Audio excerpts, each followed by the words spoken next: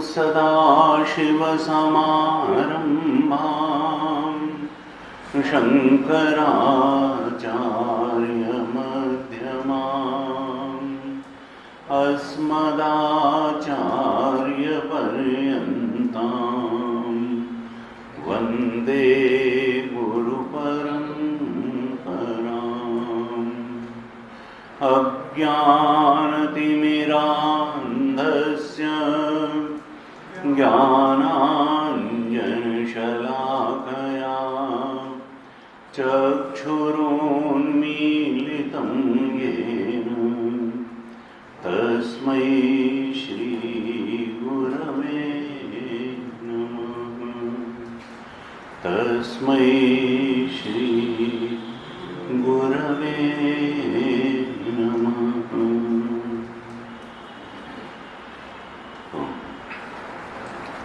शांति मंत्र को पाठ करें। ओम भद्रं कर्णेभिः शृणुयाम देवाः।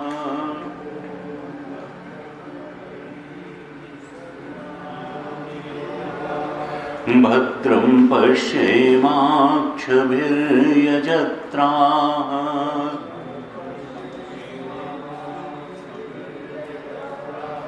स्थिरैरङ्गैस्तुष्टुवागंसस्तनूभिः।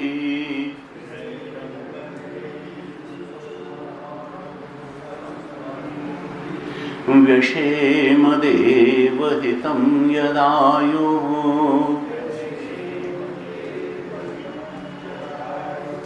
स्वस्ति न इन्द्रो वृद्धश्रवाः।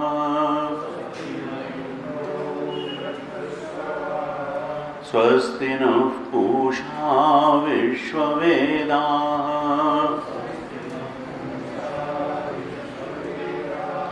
स्वस्ति नस्तार्क्ष्यो अरिष्टनेमिः।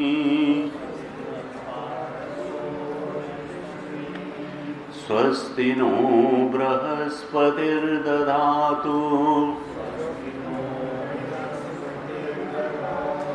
ओम शांति शांति शांति।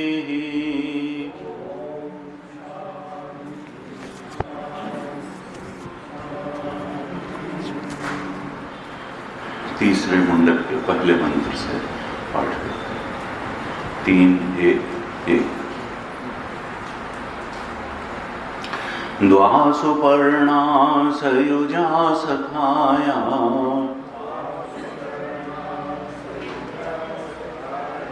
समानं वृक्षं परिषस्वजाते।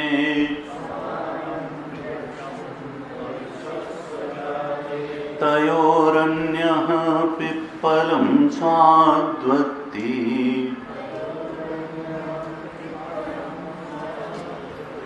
अनश्नन्नन्यो अभिचाकशीति।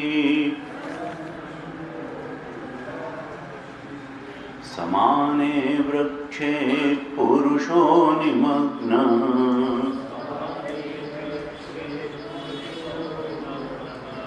अनीशया शोचति शोचति मुह्यमानः जुष्टं यदा पश्यत्यन्यमीशम्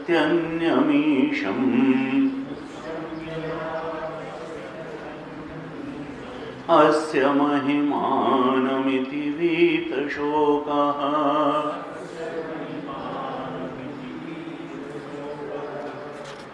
यदा पश्यते रुक्मवर्णम्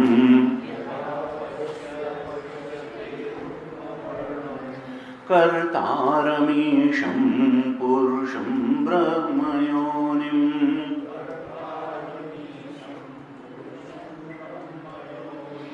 तदा विद्वान् पुण्यपापे विधूय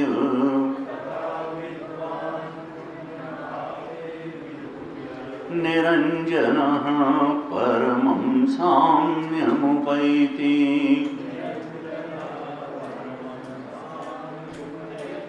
प्राणो ह्येष यः सर्वभूतैर्विभाति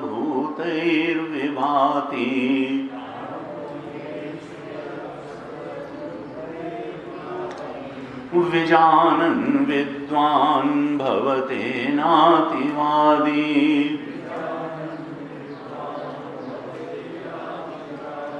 आत्मक्रीडा आत्मरतिः क्रियावान्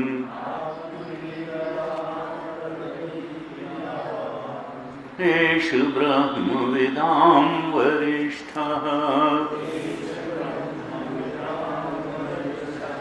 सत्येन लभ्यस्तपसा ह्येष आत्मा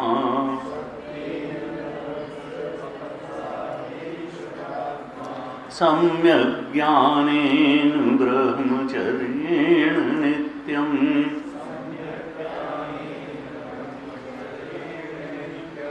अन्तः शरीरे ज्योतिर्मयो हि शुभ्रः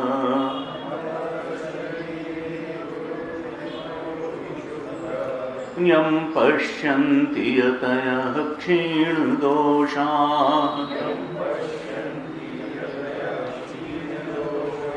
सत्यमेव जयते नानृतम् सत्येन पन्था विततो देवयानः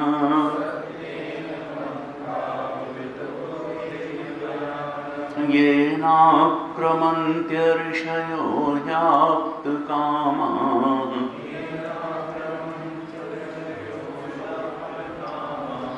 यत्र तत्सत्यस्य परमं निदानम्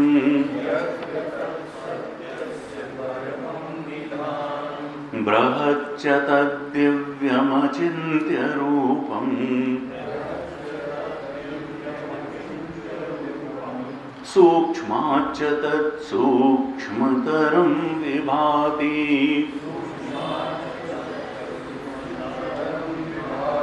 दूरात् सुदूरे तदिहान्तिके च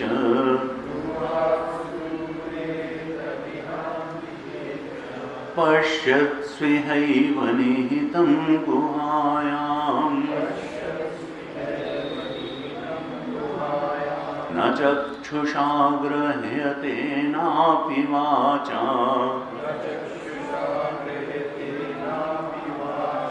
नान्यैर्देवैस्तपसा कर्मणा वा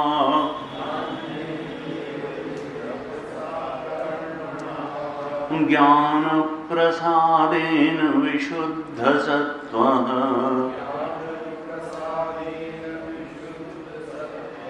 ततस्तु तं पश्यते निष्कलं ध्यायमानः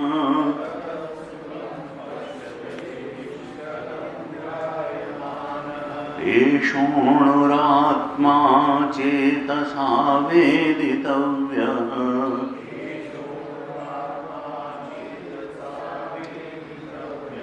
यस्मिन् प्राणः पञ्चधा संविवेश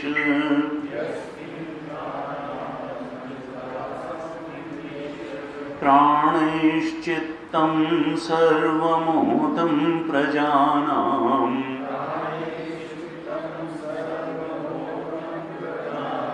यस्मिन् विशुद्धे विभवत्येष आत्मा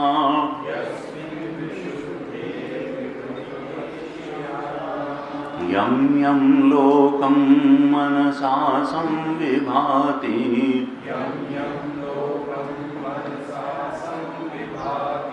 विशुद्धसत्त्वः कामयते यांश्च कामान्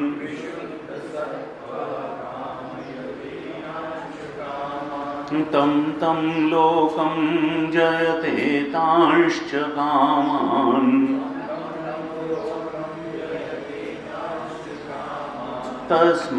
तस्मादात्मज्ञं ह्यर्चयेद्भूतिकामः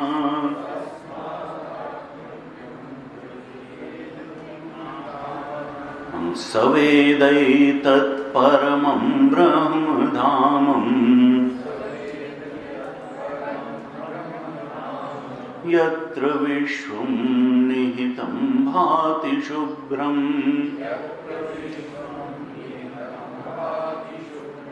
उपासते पुरुषं ह्यकामाः तेषु क्रमे तदतिवर्तन्ति धीराः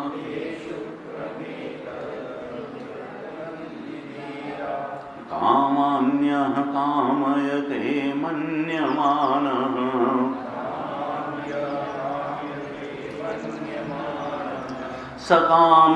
सकामभिर्जायते तत्र तत्र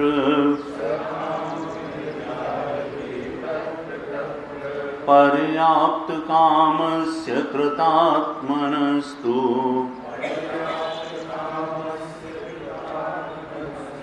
इहैव सर्वे प्रविलीयन्ति कामाः नायमात्मा प्रवचनेन लभ्यः न मेधया न बहुना श्रुतेन यमेवैष वृणुते तेन लभ्यः तस्यैष आत्मा विवृणुते तनुं स्वाम्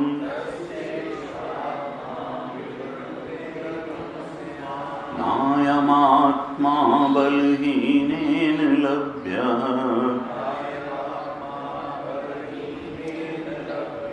न च प्रमादात् तपसो वाप्यलिङ्गात्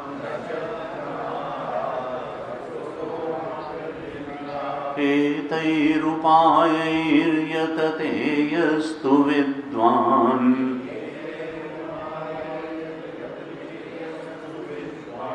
तस्यैष आत्मा विशते ब्रह्मधाम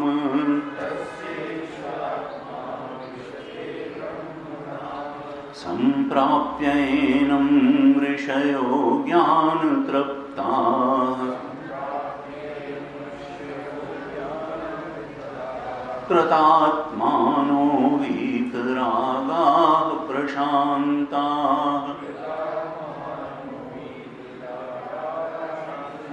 ते सर्वगं सर्वतः प्राप्य धीराः युक्तात्मानः सर्वमेवाविशन्ति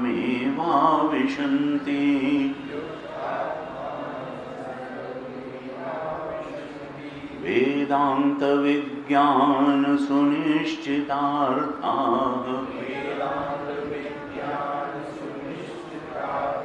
संन्यास योगाद्यतयः शुद्ध सत्त्वाः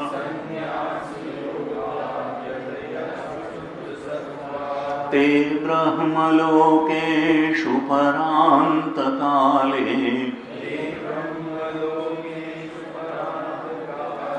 परामृताः परिमुच्यन्ति सर्वे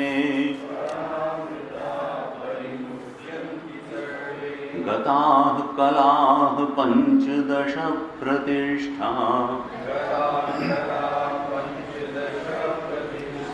देवाश्च सर्वे प्रतिदेवतासु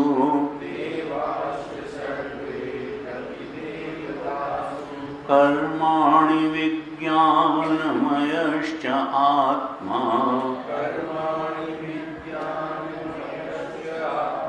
परे व्यये सर्वैकी भवन्ति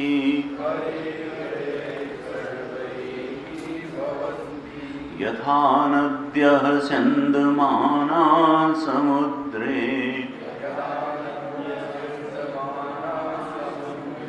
अस्तं गच्छन्ति नामरूपे विहाय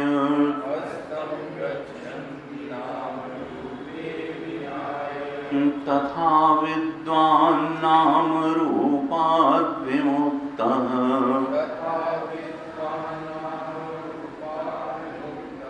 परात् परं पुरुषमुपैति दिव्यम् स यो ह वै तत्परमं ब्रह्म वेद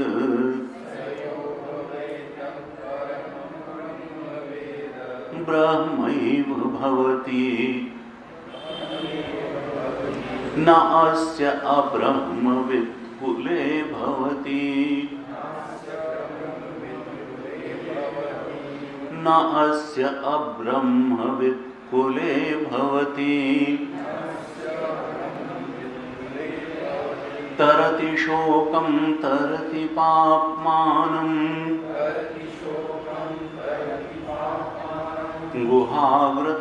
गुहाग्रन्थिभ्यो विमुक्तो अमृतो भवति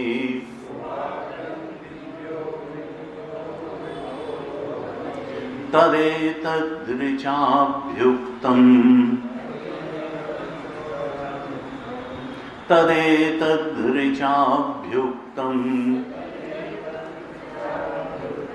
क्रियावन्तः श्रोत्रिया ब्रह्मनिष्ठा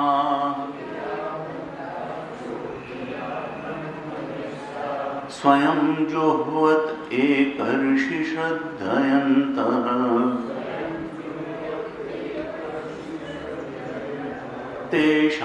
तेषामेवैतां ब्रह्मविद्यां वदेत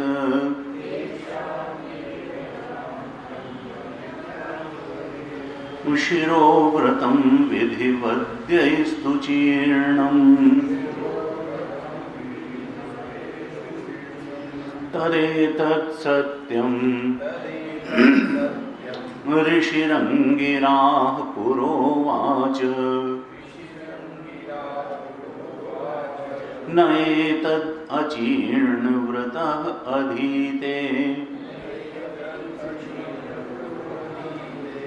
नमः परम ऋषिभ्यः नमः परम ऋषिभ्यः।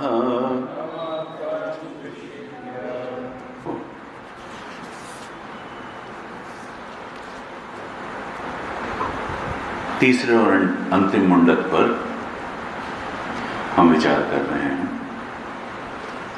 जैसी हमने कल चर्चा की, पहले दो मुंडकों में श्रुति ने वास्तव में ब्रह्म ज्ञान के लिए जिस आत्मविद्या की आवश्यकता थी उसको काफी विस्तार से बता दिया, विद्या को भी बता दिया और विद्या के साधनों को भी बताया। लेकिन अभी पुनः श्रुति कुछ और बताना चाह रही है। क्यों बताना चाह रही हैं? पहले मंत्र के भाष्य में भाष्यकार ने लिखा, अत्यंत दुर्लभ गाह्यत्वात्, ये विषय जो है, तत्वबोध का जो विषय है, ये कठिनता से ग्रहण होने वाला है। बहुत जल्दी ये समझ में और बोध में प्रतिष्ठित हो जाए, ऐसा सुग्राह्य दुर्लभ दुरवगाह्यत्वात्, इसमें अवगाहन करना बड़ा कठिन है। इसलिए श्रुति इस विषय को बार बार बता रही है। श्रुति ने बता दिया,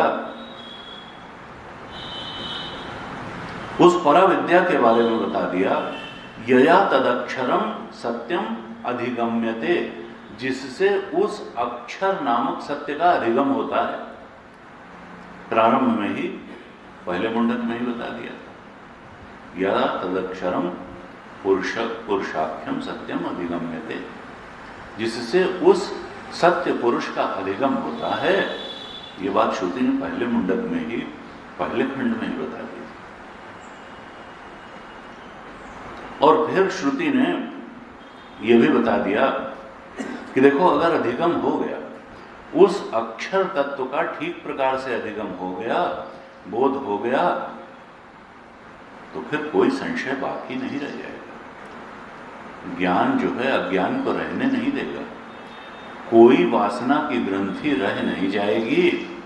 विद्यते हृदय ग्रंथि छिद्यन्ते सर्व संशया, यद अधिगमे हृदय ग्रंथ्यादि संसार कारणस्य आत्यंतिक विनाशः स्यात्। भाष्यकार ने भाष्य लिखा, जिसके अक्षर के अधिगम से जो संसार का कारण है हृदय ग्रंथि, उसका आत्यंतिक विनाश हो जाता है। यद अधिगमे हृदय ग्रंथ्यादि संसार कारणस्य आत्यंतिकम विनाशः स्यात्, बचेगी नहीं, एकदम नहीं बचेगी। संसार का कारण ही जब समाप्त हो जाएगा तो संसार कहां से बचेगा, और तुम भी नहीं बचोगे। न ये जीव बचेगा, न जगत बचेगा, न ईश्वर बचेगा। बचेगा केवल एक सच्चिदानंद स्वरूप ब्रह्म परमात्मा, वही अक्षर तत्व बचेगा। कबीर ने कहा कि भाई होना तो यही है कि ढूंढत ढूंढत हे सखी रहा कबीर है राय। कबीर उस तत्व को जब ढूंढने निकला तो कबीर खो गया। ये जो परिच्छिन्नमय है, ये उस अपरिच्छिन्नमय में विलीन हो जाएगा। यानी तुम्हारी आइडेंटिटी, जो पर्सनालिटी है, जो व्यक्तित्व है, वो अस्तित्व में विलीन हो जाएगा। अस्तित्व ही बचेगा, व्यक्तित्व नहीं बचेगा। लेकिन डर लगता है अस्तित्व में विलीन करने में व्यक्तित्व। कबीर ने कहा, जिन खोजा तिन पाइयां गहरे पानी पैठ, मैं बपुरा बूढ़न डरा रहा किनारे बैठ। मैं उसमें डूबने से बच गया कि मैं तो खो जाऊंगा, तो इसलिए मैं किनारे ही बैठा रहा, मैंने प्रयास ही नहीं किया। हमने कहा भाई नहीं, यही ठीक है, यही तो जीवन है। भाष्यकार ने बड़ा मजेदार भाष्य लिखा, देखो अगर इस अक्षर तत्व के अधिगम का प्रयास नहीं किया, हृदय ग्रंथ का भेदन नहीं किया, और संसार के कारण अविद्या ग्रंथ का आत्यंतिक विनाश नहीं हुआ, तो भाई देखो, एक तो परम सत्य के लाभ से वंचित रह जाओगे, परम आनंद के लाभ से वंचित रह जाओगे, और उस परम चेतन की अनुभूति से भी वंचित रह जाओगे। और फिर मिलेगा क्या? कहा कि देखो, तुम को मिलेगा ये कि तुम कहोगे कि मैं ये देह ही हूं, देहात्म भाव आपन्ना। दूसरे मंत्र के भाष्य में लिखा, कहा देहात्म भाव आपन्ना। कहा देखो, अविद्या काम कर्म फल रागादि गुरु भार आक्रांत, तुम एक बोझ से दबा हुआ जीवन जियोगे, तुम मुक्त जीवन नहीं जियोगे।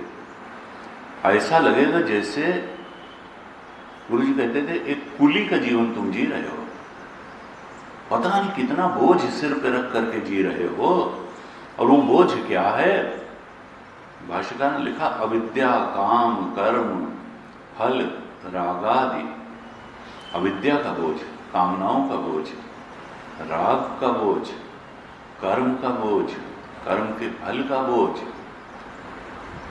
गुरु भार आक्रांत, ये बहुत बड़ा बोझ है। गुरु भार आक्रांत, इतना बड़ा बोझ तुम लिए हुए जी रहे हो,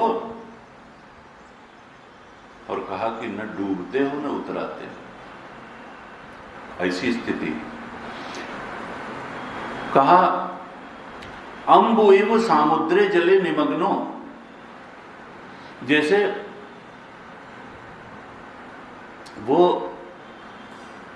लोग होते हैं, साधु लोग होते हैं, तो वो भिक्षा मांगने के लिए कद्दू जो है उसके बीज का निकाल करके उसी की एक डंडी बना करके और उसी में खोल करके उसको कर लेते हैं और उसी में अपना भिक्षा मांगते रहते हैं। तो वो क्या है, वो तो कद्दू का बना हुआ है।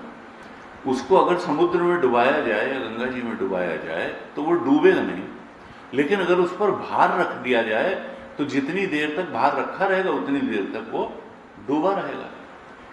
कहा वही हाल तुम्हारी है, ये शरीर में जैसे बैठ करके, जैसे तुम्बे में, उसको तुम्बा कहते हैं, अम्बु, वो गुरु भार आक्रांत, ये अविद्या काम कर्म फल राग आदि के बड़े भारी बोझ से जैसे तुम्बे की तरह तुमको इस संसार समुद्र में डुबाया गया है, लेकिन न तुम डूब पा रहे हो न तुम उतरा पा रहे हो।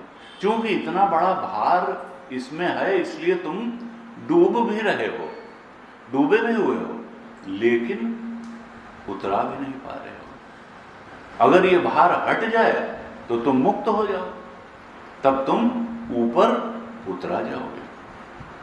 अगर ये भार, कहा अम्बु इव सामुद्रे जले निमग्नो निश्चयेन देहात्म भाव आपन्ना। अब ये जो अविद्या काम कर्म फल और राग के बड़े भारी बोझ से तुम दबे हुए हो, इसके कारण क्या है कि देह को ही आत्मा मान करके बैठ गए हो। देहात्म भाव संपन्न, देह को ही आत्मा मान करके बैठ गए,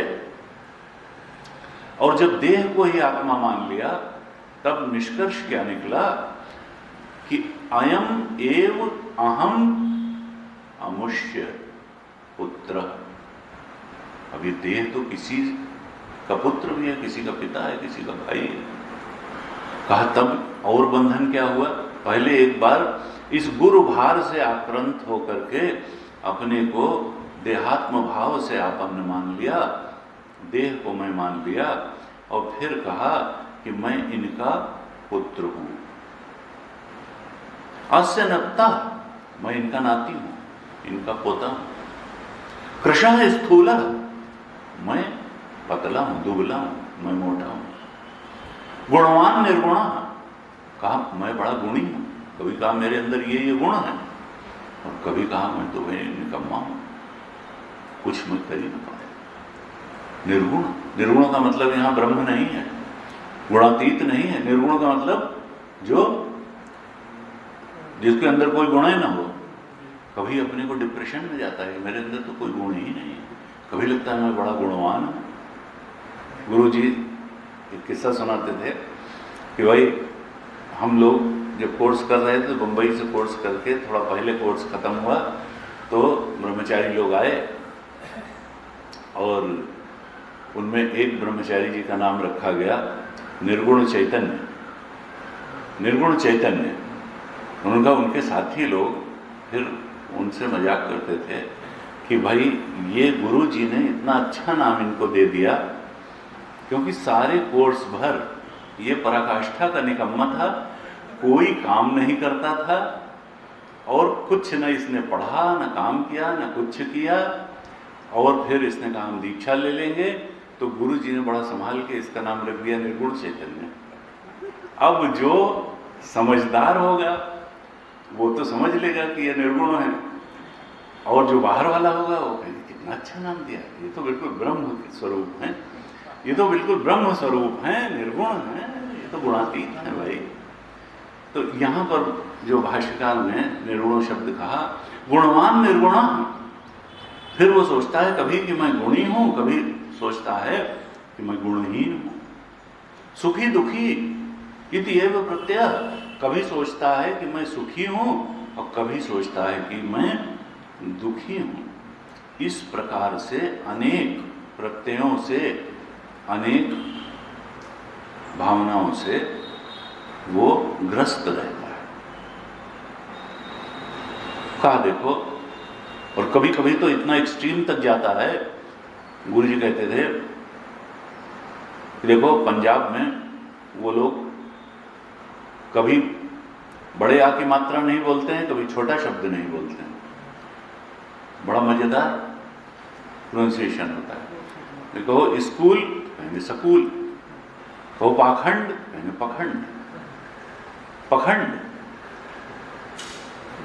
तो उन्होंने कहा वहां जाते हैं तो लोग कहेंगे कि भाई ये जीव है और आता है और जाता है, पहले शरीर में था और अनादि था और अगले शरीर में चला जाएगा, और ये खराब काम करने से ये हो जाएगा और फिर अच्छा काम करने, ये सब देखो जी ये सब पखंड है, ये सब पखंड है और ये कुछ नहीं, ये शरीर ही है, जो कुछ है अपना खाओ पियो मौज करो। इस प्रकार का भी हो सकता है, इस प्रकार की धारणा हो सकती है, इस प्रकार से जीवन दर्शन हो सकता है कि देखो ये शरीर ही सब कुछ है, बाकी सब पखंड है।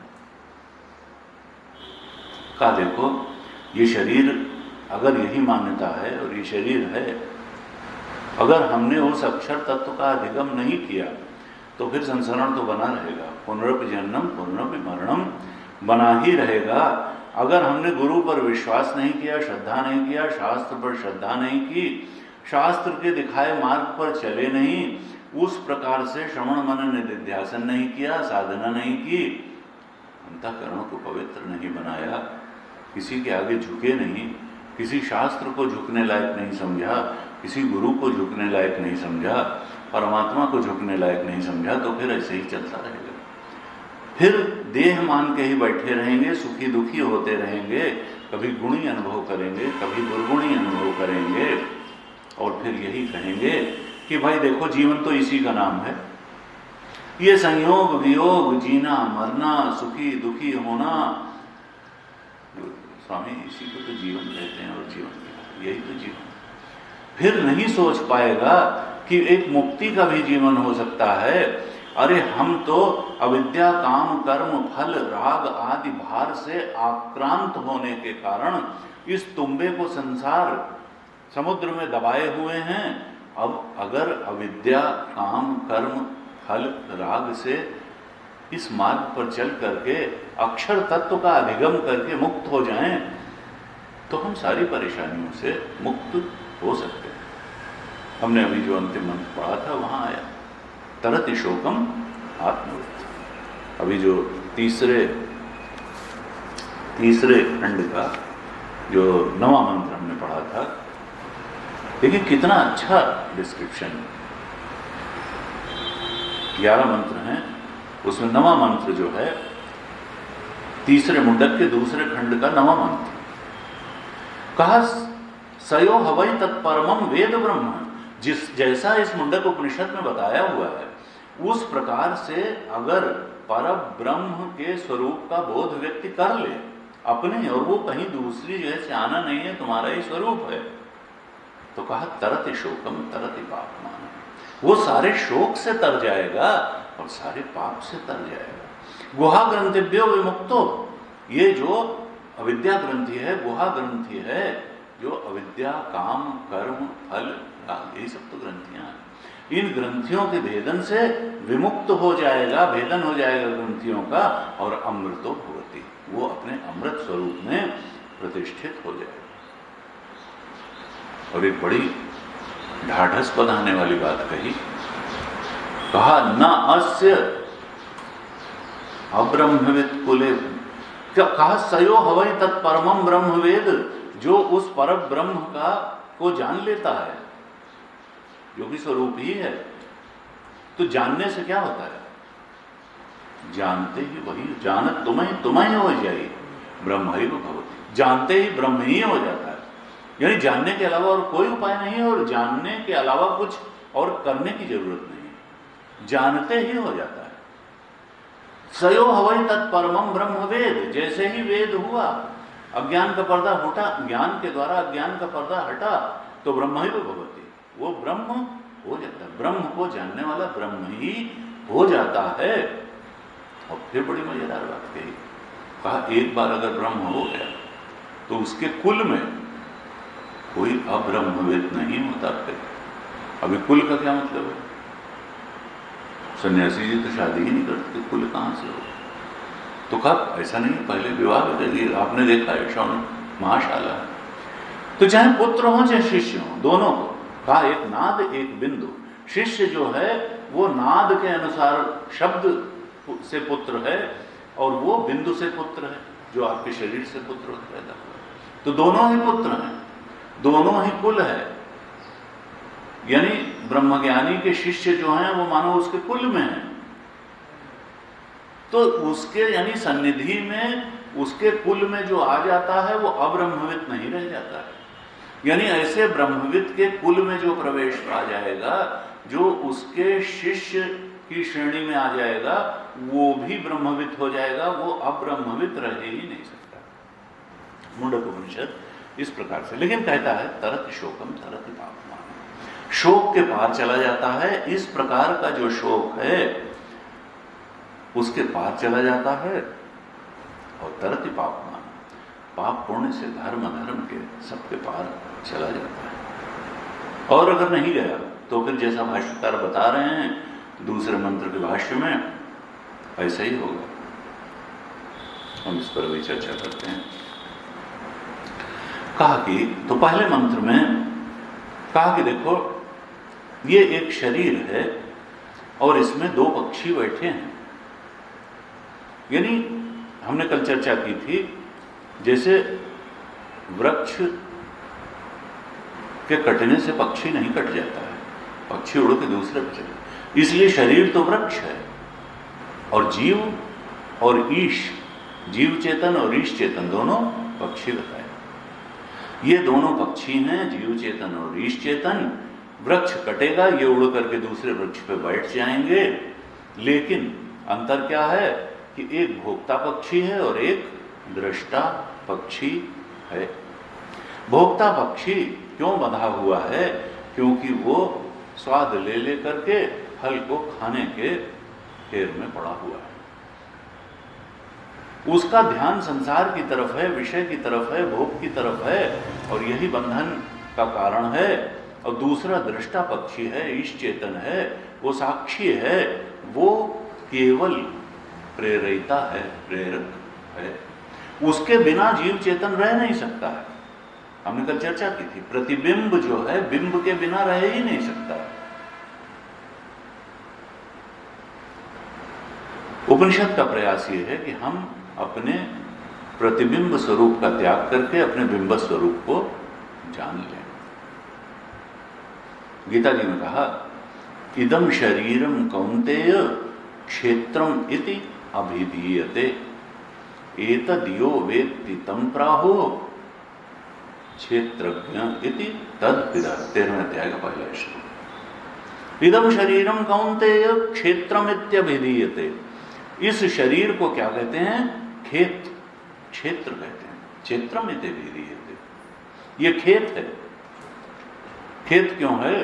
क्योंकि जीव अपने कर्मों की फसल बोता है और कर्म फल के रूप में उस फसल को काट लेता है। ये शरीर अगर न हो तो कर्म संभव नहीं होगा। कर्म की कहा कि तन बिनु भजन वेद नहीं करना, न तो उपासना का कर्म हो पाएगा, न सत्कर्म हो पाएगा, न दुष्कर्म हो पाएगा। कहा ये खेत है, यहाँ कर्मों की फसल हम लगाते हैं और फिर सत्कर्म और दुष्कर्म के अनुसार जैसा सुख दुख का भोग आता है वो काट लेते हैं। लेकिन क्या कहा, कर्म का आश्रय कौन है? ये जब हम भोग करते हैं तो ये तो भोगायतन है, यहां बैठ करके भोग करते हैं, इस शरीर से कर्म करते हैं। लेकिन सुख दुख का भोग कौन करता है? शरीर का नहीं, वो मन करता है। वो मन करता है सुख दुख का भोग, शरीर तो एक माध्यम है। और फिर वासना जो बनती है उसका संग्रह कहाँ होता है? वो भी सूक्ष्म शरीर में होता है। यानी ये स्थूल शरीर कर्म करने का साधन है और भोग का साधन जो है भोगायतन है, यहाँ बैठ करके भोग करते हैं, लेकिन भोग का साधन तो सूक्ष्म शरीर ही है। भोग तो मन से ही किया जाता है, सुख दुख तो मन को ही होता है। और फिर इसका मतलब कि कर्म का जो संचय होता है वो भी, वासनाओं का, संस्कारों का संचय भी इस स्थूल शरीर में नहीं होता है, सूक्ष्म शरीर में ही होता है। अगर वासनाओं का संचय स्थूल शरीर में हो तो जैसे ही ये जले वैसे ही सारी वासनाएं भी जल जानी चाहिए, फिर तो संसरण न रह जाए। लेकिन संसरण तो बना रहता है कर्म के अनुसार। तो ये है कि कर्म का आश्रय, असल में जो संस्कारों का आश्रय है, वासनाओं का आश्रय है, वासनाओं का संग्रह स्थान है, वो सूक्ष्म शरीर है। स्थूल शरीर तो भोगायतन है, जैसे घर है जहाँ बैठ करके ये जीव भोग करता है। जैसे घर में बैठ के हम भोग करते हैं, ऐसे ही ये जीव इस स्थूल शरीर में बैठ करके भोग करता है। का ये जो चेतना है, जो हमारा शुद्ध चेतन है, ये विकारी कभी ना हुआ है ना होगा। ये तो अविकारी ही है। यानी ईश चेतन जो है वो कभी लिप्त नहीं हुआ, कभी उस पर कोई धर्म अधर्म का संस्कार आरोपित नहीं हुआ, कभी वो सुखी दुखी नहीं हुआ, कभी विकारी नहीं हुआ। वो तो साक्षी मात्र है, वो साक्षी मात्र है। ये सुखी दुखी होने वाला, ये संस्कार से के भार से दबा हुआ, ये वासनाओं के भार से दबा हुआ, ये कामनाओं से आक्रांत और कर्म के पीछे पड़ा हुआ, ये तो जीव चेतन ही है। ये अविद्या, कामना, कर्म, वासना और कर्म फल भोग और सुखी दुखी होना, ये सब जीव चेतन, यानी जिसके मूल में अविद्या है। ये करने वाला दूसरा पक्षी है, ये भोक्ता पक्षी है। जो दृष्टा पक्षी है, जो ईश चेतन है, वो इस सब के परे है। वही वास्तव में हमारा स्वरूप है, वही अक्षर तत्व है, वही उपनिषद का प्रतिपाद्य है। पराविद्या से उसी को जानने का आह्वान उपनिषद कर रहा है। और कहा कि देखो, तयोरन्यः पिप्पलम स्वादवत्ति अनश्नन्यो अभिचाक्षिति। अभिचाक्षिति माने देखता रहता है, वो केवल देखता है, वो भोगता नहीं है। स्वादवत्ति नहीं, स्वाद ले लेकर, अत्ति माने खाता नहीं है। वो तो जीव चेतन ही स्वाद ले लेकर के संसार के विषयों को चखता है, खाता है। जो दूसरा पक्षी है वो तो केवल देखता रहता है, दृष्टा है। लेकिन हैं कैसे? परिशस हो जाते, अत्यंत निकट हैं, अत्यंत निकट हैं। जहां पर जीव भाव है वहीं पर ब्रह्म भाव को खोजना पड़ेगा। और क्या ये वास्तव में दो हैं? का नहीं, असल में वास्तव में दो हैं ही नहीं। वास्तव में तो अद्वैत ही है। दूसरा जो है वो तो सर्प स्थानी है, अज्ञान के कारण ही उसकी प्रतीति है। असल में उसका वास्तविक अस्तित्व है ही नहीं जीव चेतन का। मजे की बात यह है, वो दूसरा जो है वो तो आविद्यक है। कहा ये दोनों जो पक्षी हैं, ये क्या है? जो भोक्ता पक्षी है उसका भोगना है क्या? तो बड़ी स्पष्ट बात है अगर हम ध्यान से देखें कि जानना ही भोगना है। असल में ये ज्ञानेंद्रियां जो हैं, यही अज्ञान के कारण, उदासीनता के कारण भोगेंद्रियां बन जाती।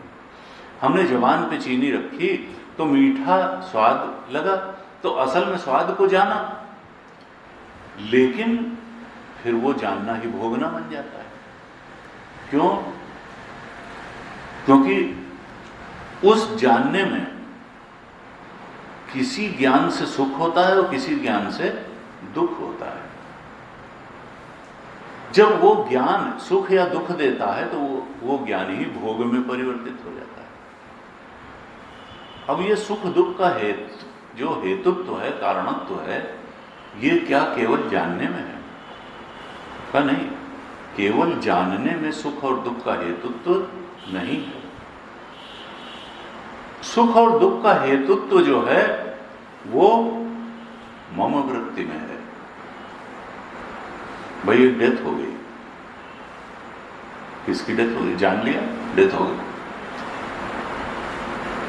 अच्छा, वो दूसरे शहर में वहां के जो मेयर थे वो नहीं रहे, तो कौन सा सुख होगा? कौन सा? अच्छा हाँ चलिए, वो ये तो जीवन की प्रथा है, कोई मरता है कोई आता है, कोई खास नहीं हुआ। लेकिन अभी यही कहीं कोई नियर एंड डियर हो, अभी तो बहुत सुख हो, तो दुख हो जाएगा। इसी प्रकार से कोई कहीं दूर बैठा, वो साउथ का जो आदमी था, मद्रास का, वो IIT का टॉपर, वो IAS में सेलेक्ट हो गया, और एक अपना लड़का सेलेक्ट हो जाए। तो भाई सुख और दुख जो है ये असल में जानने मात्र पर आधारित नहीं है, बल्कि सुख और दुख के पीछे मम वृत्ति है। अगर मम वृत्ति है और अनुकूल वेदना है तो सुखी हो जाएगा, और मम वृत्ति है और प्रतिकूल वेदना है तो दुखी हो जाएगा। योग दर्शन ने ये परिभाषा दी, कहा अनुकूल वेदनीयम सुखम, ये वेदना मात्र है। जब हमारी वासनाओं के अनुकूल कोई वेदना हो जाती है तो हम सुख कह देते हैं, और वासनाओं के प्रतिकूल कोई वेदना होती है तो उसको दुख कह देते हैं। तो केवल जानने मात्र से, जबकि भोगने का मतलब जानना ही है, मूलतः भोगने का मतलब जानना है, लेकिन हर जानने से सुख और दुख होता नहीं है। वहां मम वृत्ति अगर होगी तब सुख या दुख हो जाएगा। और मजे की बात यह है कि जो मम वृत्ति होती है वो आविद्यक होती है। अविद्या के कारण ही जो है मम वृत्ति होती है।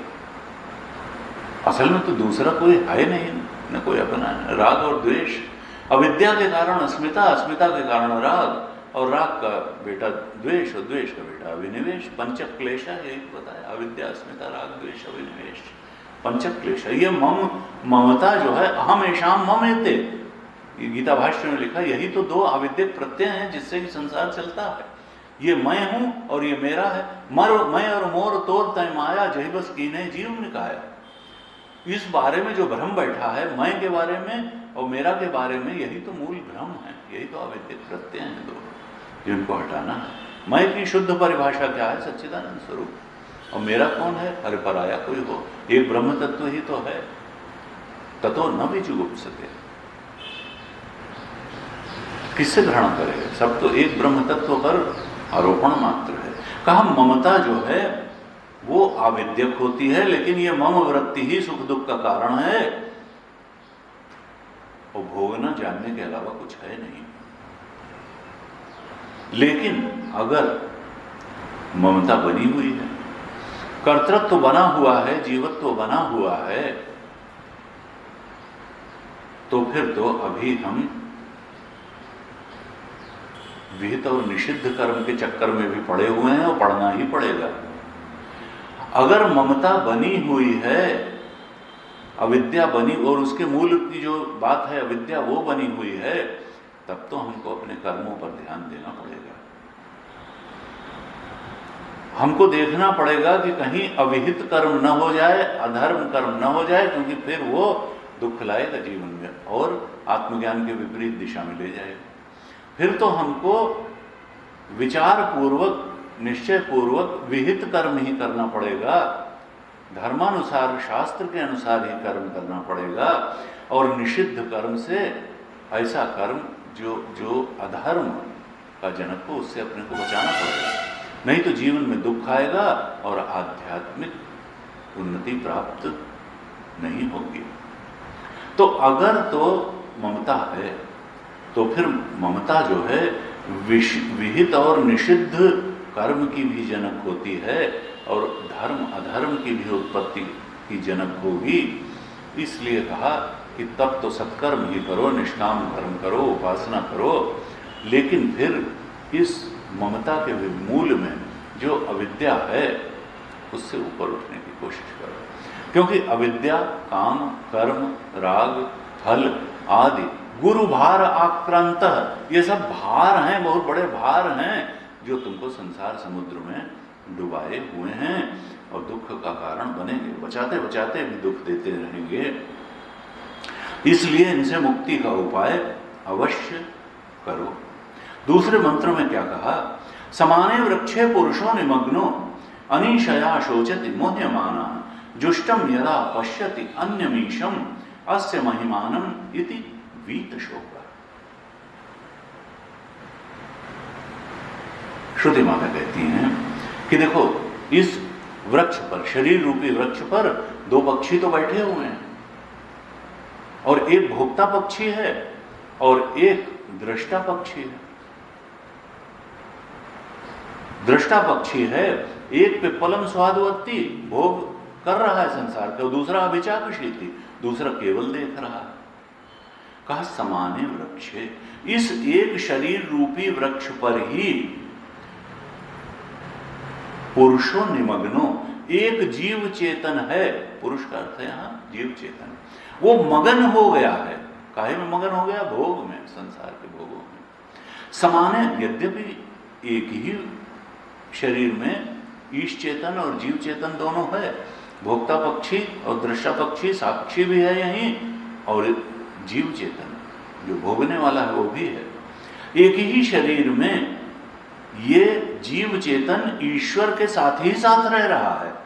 समाने वृक्षे पुरुषो निमग्नो, ये जो परिच्छिन्नमय है ये अपरिच्छिन्नमय के धरातल पर ही प्रतीति मात्र है, रह रहा है, लेकिन अनिशया, ये अपने ईश स्वरूप को जान नहीं रहा। अनिशया है तो मूलतः ईश चेतन, लेकिन जानता है अपने को जीव चेतन, यानी अपने ईश स्वरूप को नहीं जानता, अनीश स्वरूप को जानता है। अनीशया शोचति, और अनीश रूप को, ईश रूप को न जानने के कारण, अनीश रूप को ही जानने के कारण, अपने जीव चेतन स्वरूप को ही जानने के कारण शोचति, ये शोक में पड़ जाता है, शोक करता है, अनेक अनेक शोक करता है। क्यों करता है? मोह माना, मोह को प्राप्त होकर के, बेचारा बन करके, मोह के कारण बेचारा बन करके ये अनेक अनेक शोक करता है, क्योंकि ईश्वर स्वरूप को अपने न जानने के कारण ये जीव स्वरूप को ही जानता रहता है, अपने साक्षी स्वरूप को न जानने के कारण भोक्ता स्वरूप को ही जानता रहता है, और इस कारण से शोचति मोह्यमाना, बार बार मोहित होकर के, बेचारा बन करके ये शोक करता है। किस प्रकार के शोक करता है ये हमने अभी थोड़ा वर्णन किया। भाष्यकार इसको और कि किस प्रकार के शोक करता है कि भाई मैं इनका पुत्र हूं, मैं इनका नाती हूं, फिर शरीर को मानता है मैं दुबला हूं, मैं स्थूल हूं, मैं गुणवान हूं, मैं निर्गुणी हूं, मैं दुर्गुणी हूं, मैं सुखी हूं, मैं दुखी हूं, और कहा कि भाई मेरा तो जन्म मरण भी होगा, मरण होगा तो जायते मृते संयोज्यते वियोज्यते, देखो फिर मैं जन्मूंगा, मैं मरूंगा, किसी से मेरा संयोग होगा, संबंधियों से, बंध बांधवों से मेरा संयोग होगा, वियोग होगा, और फिर यही तो जीवन है। भाष्यकार कहते हैं फिर इसके आगे, जब अनीशया अपने को अनीश जान लेता है, अपने शुद्ध चेतन स्वरूप के बोध में प्रतिष्ठित नहीं हो पाता है, कहा अतः अनीशया न कस्यचित समर्थो हम, फिर वो सोचता है कि भाई ये बड़ी बड़ी बात करने में हम कहाँ समर्थ हैं, हमारी तो सामर्थ्य बहुत थोड़ी है, हम तो जीव तो बेचारा है। अनीशया, जब अपने को अनीशया जान लेता है तो कहता है कि मैं तो कुछ कर नहीं सकता हूँ भाई, मैं तो असमर्थ हूँ। अपने को सीमित सामर्थ्य वाला मान करके, अल्प शक्ति मान करके शोक करता है। किस प्रकार से शोक करता है? कहता है पुत्रो मम विनष्टो, अरे मेरा पुत्र नहीं रह गया, मेरा पुत्र जो है वो दिवंगत हो गया, मर गया मेरा पुत्र। विनष्टो पुत्रो मम विनष्टो मृता में भार्या, अरे मेरी पत्नी भी मर गई। पुत्र भी नहीं रहा, पत्नी भी नहीं रही, फिर सोचता है कि किम में जीवितेन, अब मैं जी करके करूंगा क्या? कि पुत्र भी गया, पत्नी भी गई, अब मेरे जीवन का अर्थ क्या है? अब मैं क्या करूंगा? कहता इति एव दीन भावा अनीशा तया शोचति संतप्यते। इस प्रकार से संतप्त हो करके वह शोक करता है, दीनता की भावना से भर जाता है। क्यों? क्योंकि अपने ईश स्वरूप को नहीं जानता। अनीशा, अनीशा, दीन भावो अनीशा, दीन भाव से भर जाता है क्योंकि अपने ईश स्वरूप को नहीं जानता। गुरु जी कहते थे भाई ये मत समझना कि ये दीनता की भावना खाली दरिद्रों में ही होती, ना ना, ये मनुष्य मात्र के लिए है। बड़े आदमी की बड़ी समस्याएं और बड़ी दीनता, छोटे आदमी की छोटी समस्याएं और छोटी दीनता। हम लोग मुझे पढ़ाते थे तो दृष्टांत देते थे। उनका भाई तब मुशर्रफ थे शायद पाकिस्तान में, तो कहते थे देखो मुशर्रफ गए अमेरिका में, तो उन्होंने कहा कि भाई हमारे पास फोन आया वहां के फॉरेन मिनिस्टर का कि अगर तुमने हमारी मदद नहीं की उग्रवादियों के खिलाफ, 9/11 वाले 9/11 में हमारी मदद नहीं की तो हम तुमको स्टोन एज में पहुंचा देंगे।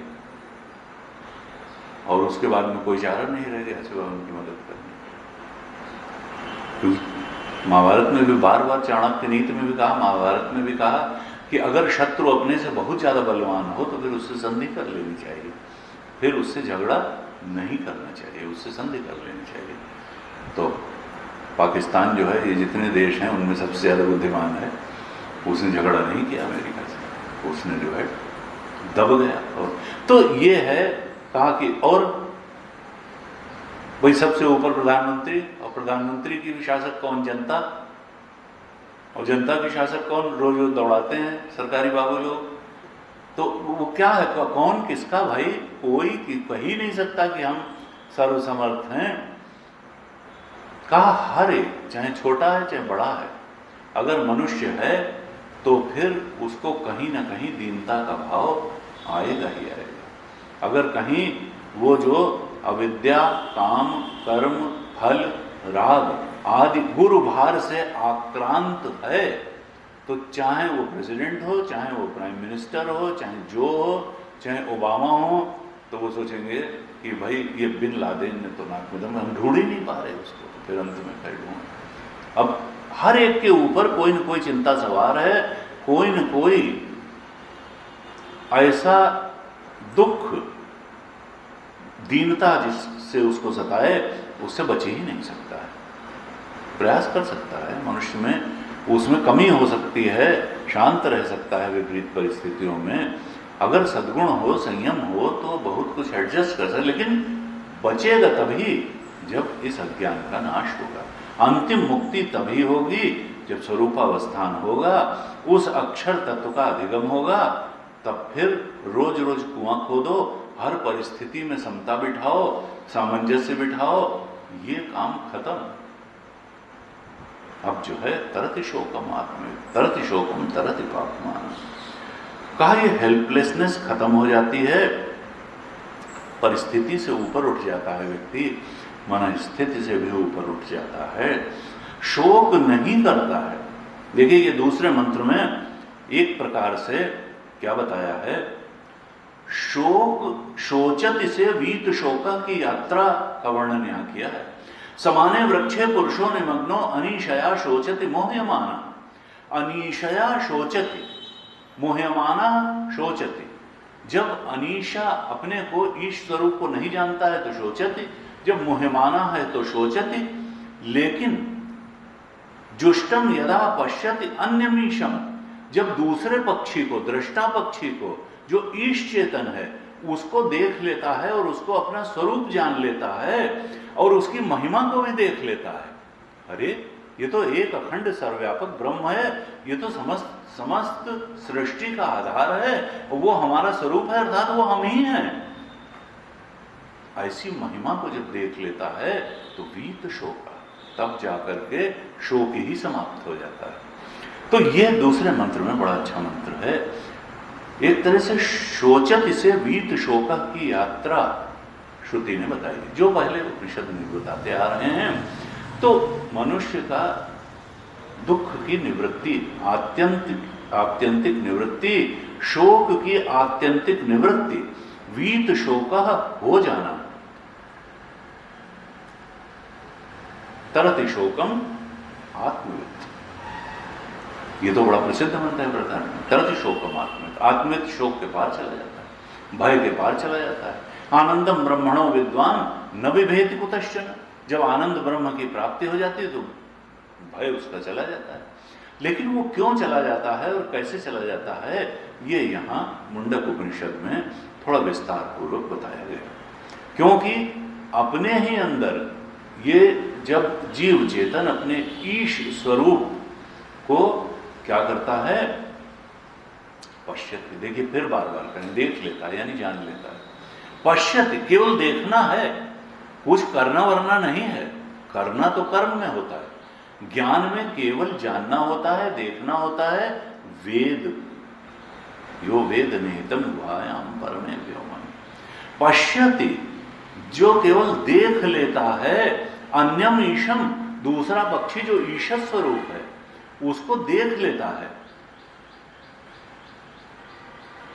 भाष्यकार ने भाष्य लिखा और कहा भाई क्या ऐसे ही देखना हो जाएगा, सब कोई देख ले, थोड़ा मुंडक उपनिषद पढ़ ले, थोड़ा एकाध जो है सत्संग सुन ले और देख ले। कहा नहीं, ऐसे नहीं है, देखा जा सकता है लेकिन जो उसकी विधि उपनिषद में बताई हुई है फिर उस विधि का अनुपालन करना पड़ेगा।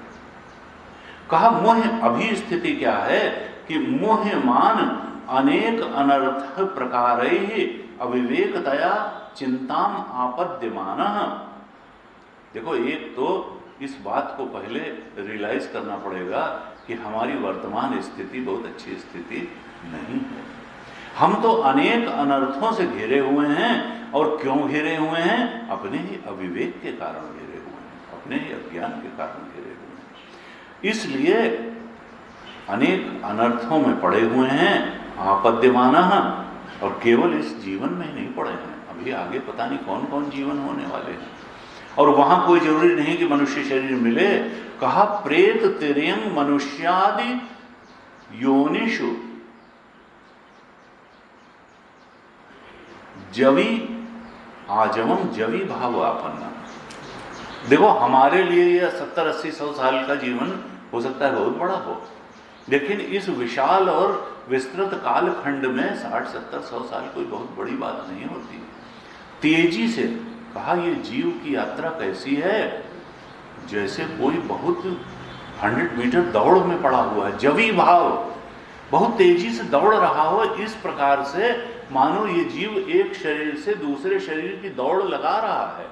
जवी भाव, बहुत तेजी से दौड़ रहा है। हमको लगता है आ गए तो रहेंगे ना।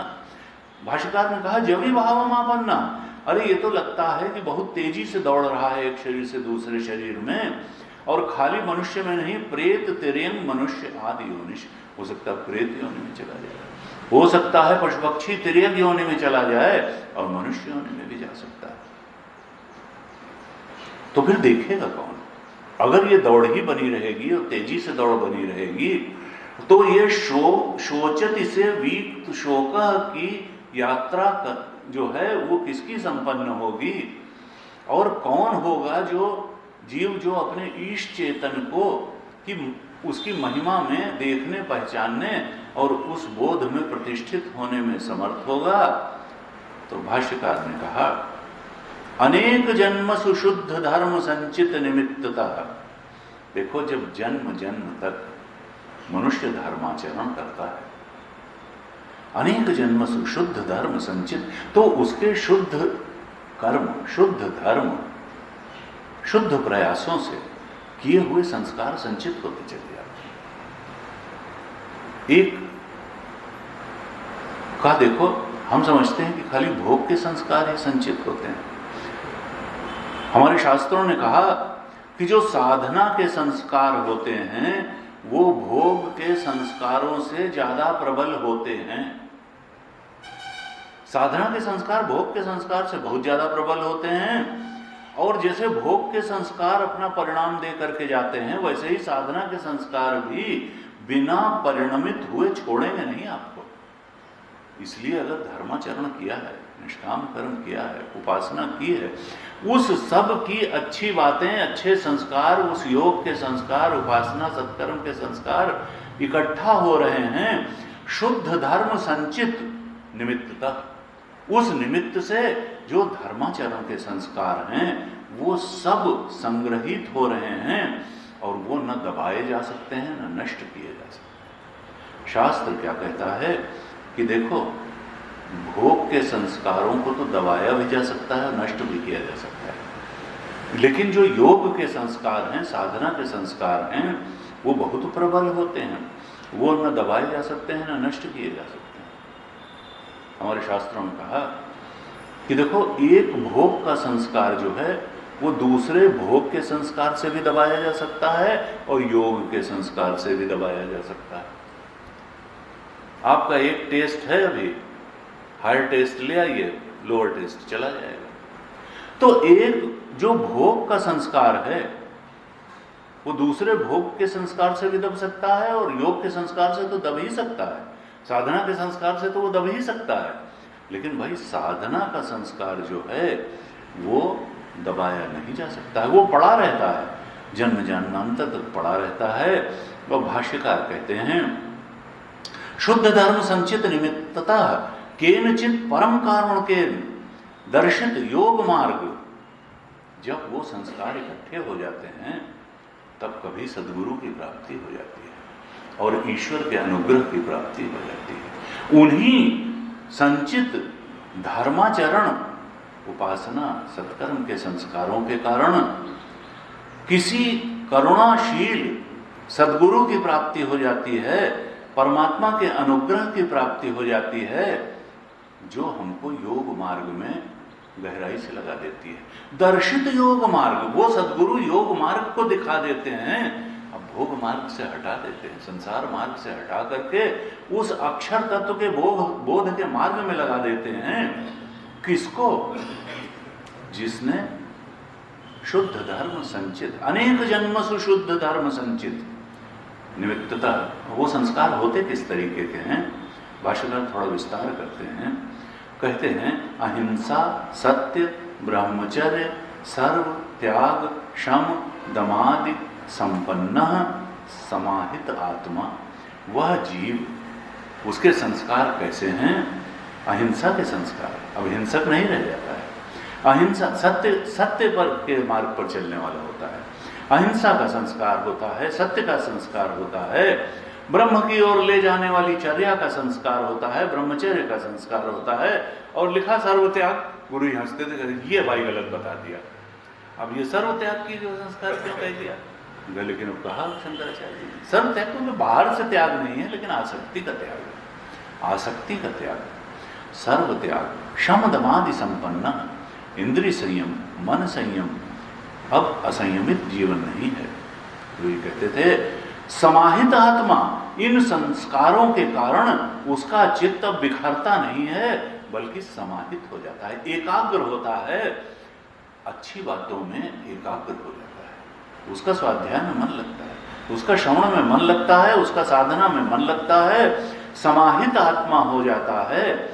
संजुष्टम सेवितम अनेक योग मार्गैः कर्म भी यदा यस्मिन् काले पश्यति ध्यायमाना अन्य वृक्ष उपाधि लक्षणात् विलक्षणम ईशम।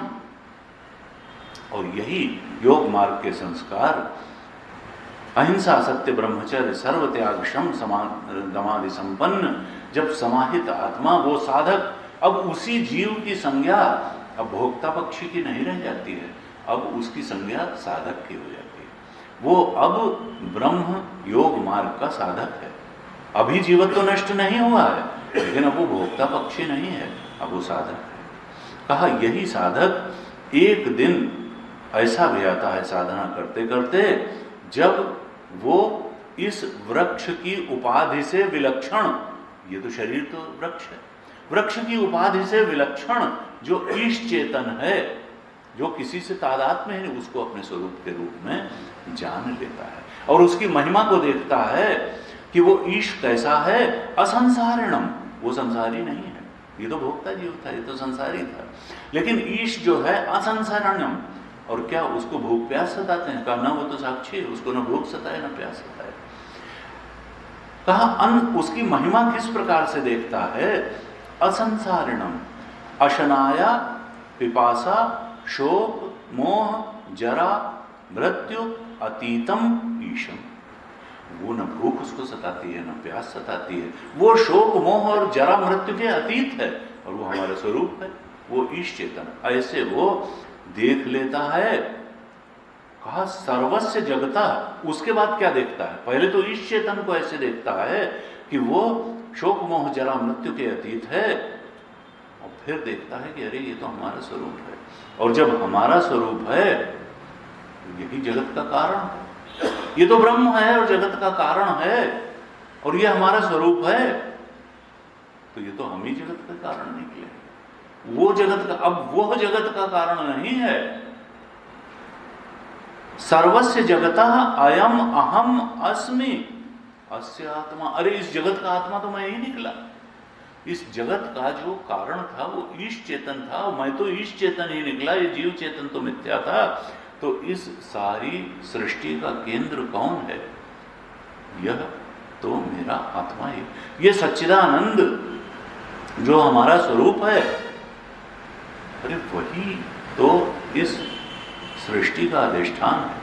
सच्चिदानंद रूपाय विश्वोत्पत्त्यादि हेतवे तापत्रय विनाशाय श्री कृष्णाय वयम्। वो श्री कृष्ण तो हमारा स्वरूप ही निकला, ब्रह्म वही तो विश्व की उत्पत्ति का आदि कारण है वो।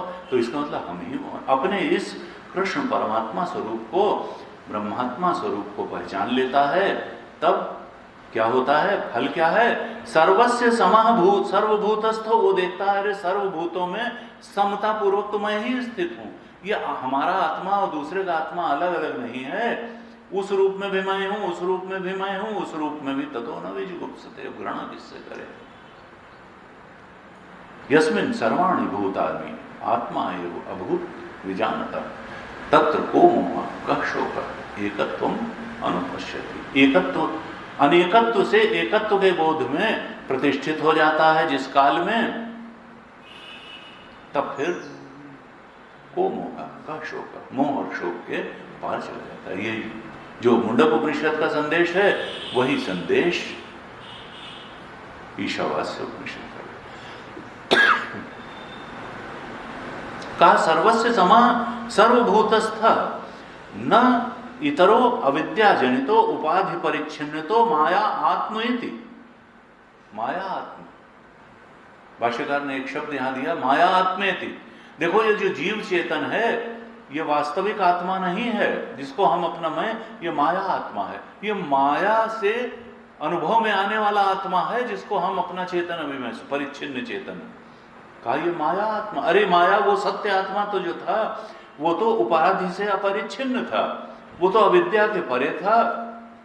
और जिस आत्मा को हम अनुभव कर रहे थे चेतन को मय के रूप में, वो तो उससे इतर था, वो तो अविद्या जनित था। अविद्या के कारण हम परिच्छिन्न चेतन अनुभव कर रहे थे, उपाधि से परिच्छिन्न अनुभव कर रहे थे अपने को, और वो तो उपाधि से अतीत था, उपाधि से विलक्षण था। ये तो अविद्या की उपाधि, माया की उपाधि से उपहित होने के कारण हम अपने को सीमित अनुभव कर रहे थे, देश काल वस्तु से परिच्छिन्न अनुभव कर रहे थे, और फिर यही हमारे शोक का कारण था। और उस सत्य तत्व को जानने से वीत शोको भवति। भाष्यकार में फिर आगे लिखते हैं, विभूतम महिमानं च जगद रूपस्य एव मम। अरे ये जगत जो है ये तो मेरा ही रूप है। ये जगत जो है आत्मा में, आत्मा से, आत्मा ही इस रूप में अभिव्यक्त हो रहा है। ये जगत जो भासित हो रहा है ये आत्मा में ही भासित हो रहा है, आत्मा से ही भासित हो रहा है, और आत्मा ही इन रूपों में भासित हो रहा है। ये आत्मा में है, आत्मा से है और आत्मा ही है, इसके अलावा कुछ है ही नहीं। ये प्रतीति मात्र है, असली तो हमारा जो आत्मा है वही है। अर्थात इस जगत रूप में मैं ही भाषित हो रहा हूं। कहा ऐसा जब देख लेता है, इस प्रकार से महिमा को देख लेता है।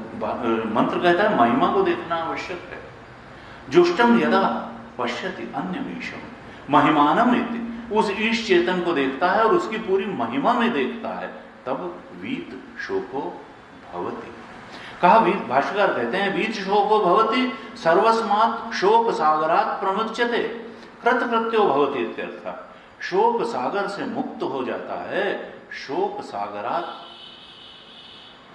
प्रमुच्यते, शोक सागर के पास चला जाता है, वीत शोक हो जाता है जब उसकी महिमा को देख लेता है। वो कैसा है? कहा फिर क्या है, उसी के कारण तो ये सब कुछ है। यतः प्रवृत्तिर्भूतानां येन सर्वमिदं ततं स्वकर्मणा तमभ्यर्च्य सिद्धिं विन्दति मानवा। गीता जी में कहा 18वें अध्याय का 38वां श्लोक। यथा प्रवृत्ति, देखो वही तो प्रवृत्ति देता है सबको, अर्थात सब कुछ उसी की अभिव्यक्ति है, क्रियाशीलता भी वही देता है। यथा प्रवृत्तिर्भूतानां, यानी शक्ति भी वही देता है, रूप भी अगर दिखाई दे रहा है तो उसी के अधिष्ठान के कारण, और सक्रियता दिखाई दे रही है तो उसी की क्रियाशीलता के कारण। यथा प्रवृत्तिर्भूतानां येन सर्वमिदं ततं, वो कण कण में व्याप्त है, इसके प्रतिमान सर्प के कण कण में रस्सी व्याप्त है, उसके बिना उसका अस्तित्व ही नहीं हो सकता है। आत्मदेव इस संसार की एक एक वस्तु में कण कण में व्याप्त हैं, उन्हीं की अभिव्यक्ति मात्र है, नाम रूप मात्र है। असल में अस्ति भाति और प्रियम जो है ये तो सच्चिदानंद ही है, ये तो केवल नाम रूप है। ये पता नहीं कितने बार इसका नाम बदला और रूप बदला, ये बदल जाएगा। ये नाम रूप तो प्रतीति मात्र है और हम नाम रूप को ही पकड़ करके सोचते हैं कि ये बहुत बड़ी चीज है। शास्त्र क्या कहता है ना, अस्ति भाति प्रियम, जो सच्चिदानंद इसका अधिष्ठान है, जो हमारा अपना आत्मा ही है, तत्वतः तो वही अक्षर है और वही वास्तव में है। श्रुति उसी के बोध की तरफ प्रेरणा देती है और कहती है कि समता आ जाएगी। समम भवति सर्वस्य समं सर्वभूत, तुमको समता आ जाएगी, हर परिस्थिति में समता आ जाएगी, हर मनस्थिति में समता आ जाएगी। गुरु जी कहते थे कि हम गुरुदेव को देखते थे कि पता नहीं कितनी कितनी बड़ी घटनाएं मिशन में घट जाती। कहीं अब इतना बड़ा मिशन है तो कहीं अच्छाई होती थी, कहीं बुराई होती थी, कहीं कोई जमीन अपने नाम कराए ले रहा है, कहीं गाड़ी अपने नाम कराए ले रहा है, कहीं कोई ये होता है कि छोड़े दे रहा है, कोई पैसा लेके छोड़े दे रहा है, कोई कुछ, इतनी बड़ी बड़ी उथल पुथल हो जाती थी। और वो कहते गुरुदेव बिल्कुल शांत रहते थे, गुरुदेव के चेहरे पे कोई शिकन तक नहीं आती थी। जो भी मिशन में उथल पुथल हो रही है परमात्मा का कार्य है, परमात्मा जैसे चाह रहे हैं वैसे हो रहा है। हमको अपनी संपूर्ण दैवी सामर्थ्य और परमात्मा द्वारा प्रदत्त शक्ति, मन शक्ति और शारीरिक शक्ति के साथ उस कार्य को करते रहना, चाहे जो उथल पुथल हो, परिस्थितियां हो। गुरु जी कहते थे मैं बड़ा निकट से, गुरुदेव इतनी बड़ी बड़ी उथल पुथल में भी शांत रहते थे और बिल्कुल लगता था जैसे कुछ हुआ ही नहीं हो, अपने स्वरूप में ही रहते थे। कहा देखो यहां एक चीज कही कि केनचित परम कारुणिकेन दर्शितम योगम, कोई करुणावान गुरु मिलता है, कारुणिकेन, एक भाष्यकार ने शब्द लिखा। गुरु जी कहते थे कि देखो गुरु तो कोई करुणा करता नहीं है, कई बार तो वो हंसी भी करते थे कि कई बार शिष्यों का आचरण ऐसा होता है करुणा करने लायक होता ही नहीं, फिर भी जो है गुरु करुणा, ये बोध शिष्य का है। करुणा हो रही है ये बोध गुरु का नहीं, वो तो अपना ईश्वर का कार्य कर रहा है। ये कारुणिकेन गुरु है, ये बोध शिष्य का ही होता है। जो जिसको लगता है कि कुछ हमें मिला, उसका बोध होता है कि भाई गुरु ने करुणा की। असल में गुरु जो है वो तो कोई करुणा वगैरह, वो तो असल में अहम मम भाव से ऊपर है, वो अहम मम भाव से ऊपर है, वो ब्रह्मबोध में प्रतिष्ठित है, वो न किसी से दुश्मनी करता है न किसी से करुणा करता है, वो तो अपना कार्य करता है और अपनी अपनी सामर्थ्य के अनुसार शिष्य उससे ग्रहण कर लेता है, अपनी अपनी ग्रहण सामर्थ्य के अनुसार, अपने अपने आधिकारित्व के अनुसार, शिष्य समर्पण के अनुसार। जैसे कि कहा कि शुद्ध धर्म अपने अपने अहिंसा सत्य ब्रह्मचर्य सरत्याग शम दम आदि संपन्न समाहित आत्मा, जिसका जैसा संस्कार होगा, जिसका धर्म होगा, जिसका जैसी ग्रहण सामर्थ्य होगी, अधिकारित्व होगा, उस हिसाब से वो ग्रहण कर लेता है। असल में गुरु करुणा नहीं करता है, लेकिन ये शिष्य का बोध अवश्य होता है कि गुरु ने हम पर करुणा की। ऐसे जो है बड़ा सुंदर ये दोनों श्लोक हैं, ये मनन करने योग्य हैं और निश्चित रूप से हमारे अस्तित्व को बड़े अच्छे ढंग से साक्षी चेतन और जीव चेतन को स्पष्ट करते हैं और शोक से वीत शोक की यात्रा का बड़ा स्पष्ट विश्लेषण करते हैं। आप लोग इसको और मनन करिएगा और हो सके तो भाष्य का भी इसके थोड़ा सा मनन करिएगा, बड़ा अच्छा सुंदर भाष्य भाष्यकार ने लिखा। आज ओम पूर्णमदः पूर्णमिदं पूर्णात् पूर्णमुदच्यते पूर्णस्य पूर्णमादाय पूर्णमेवावशिष्यते। ओम शांति शांति शांति। हरि ओम श्री गुरुभ्यो नमः। हरि